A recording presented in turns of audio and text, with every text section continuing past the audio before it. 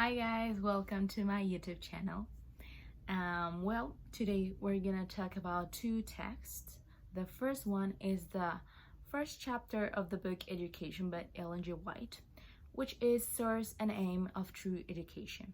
And the other one is the biography of John Andrews. So let's talk about the first one. Ellen G. White wrote this book, Education, back in 1903, but it's still helpful for us nowadays. She starts mentioning that some people may think that the education is something simple or maybe just a stage of life, but it really means more than that. It is the harmonious development of physical, mental, and spiritual powers that prepares the student for the joy of service in this world and for the higher joy of a wider service in the world to come. So when Adam came from the Creator's hand, he bore in his physical, mental, and spiritual nature a likeness to his Maker. And this first school was placed in the Garden of Eden. We know that God established the system of education there.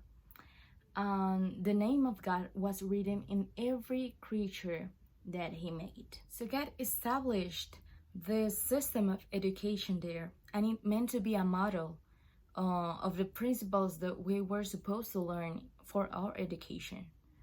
Well, God intended to restore in man the image of his Maker, and his goal is higher than the highest human thought can read in God's ideal for his children: godliness and godlikeness. This is the goal to be reached. We can say that the source of true education is no other than God in heaven, and the aim is for us to restore the lost image of God, so we can have this communion with him again.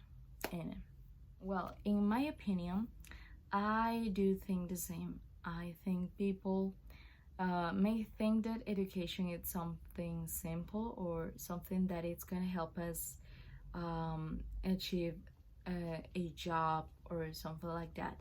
But we know that the true education means more than that. We are preparing ourselves to a higher service there in heaven. So yeah, this chapter helped me a lot to understand what is the purpose that God had for us. This last month we've been studying in our Sabbath school lesson all about education, so I think it really helped me a lot, and it's a blessing for all of us in the church to know a little bit more about education and the importance of it in all our lives, and to be prepared. Second text we're gonna talk about, it's the biography of John Andrews, which was a well-known preacher, writer, missionary, and developer of the ACA Church. John Andrews was born on July 22nd in 1829 at Portland, Maine in the United States. And since he was a kid, he was really interested in reading books, so he had really good qualities for reading. When he was a teenager, he saw an Adventist paper where it said that the seventh day was the Christian Sabbath. So after some time, he showed this to his family, and they started to keep this seventh day and became Adventist. John became a preacher when he was only 21 years old, and he worked really hard for the church, writing articles and continue sharing the gospel. So after some years of this hard work, his health was not okay. He was feeling weak, so he decided to come back home to spend his last days with his family. And in this place he met Angelina, who was the one who helped him to pull himself together. And well, after some years they got married, and he continued with this work in the church. He got so many responsibilities here, and he started also traveling to another cities and other places. And his wife passed away in 1872, and this was a really sad moment for them. But they still continue working on a book which was history of the Sabbath. They moved to Switzerland where he studied more languages in order to translate the message and to give it to the people living there. And well, during this time, Mary, his daughter, contracted TB, which was a very contagious illness. So John decided to take her back to the United States to check her up in the hospital. But after some time, she died. And well, he came back to Switzerland. But as he was in this life stage of this illness with his daughter, he contracted this illness too. And even though he had this illness, he continued for 5 more years sharing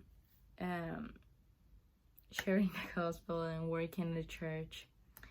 But after this time, in 1883, he died at the age of 52. In my personal opinion, I may say that this is a very inspirational story, and it reminds me that health is really important for us.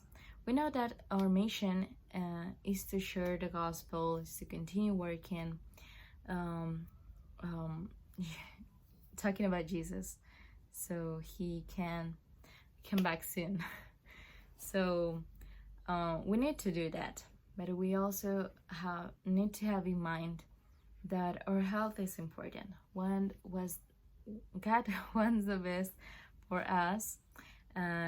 He wants us to live happily. So we need to balance our life. We need to be healthy. We need to have some times for ourselves, so we can organize our lives, our time, and do the best to continue with our lives and with the mission. So I think this is a really good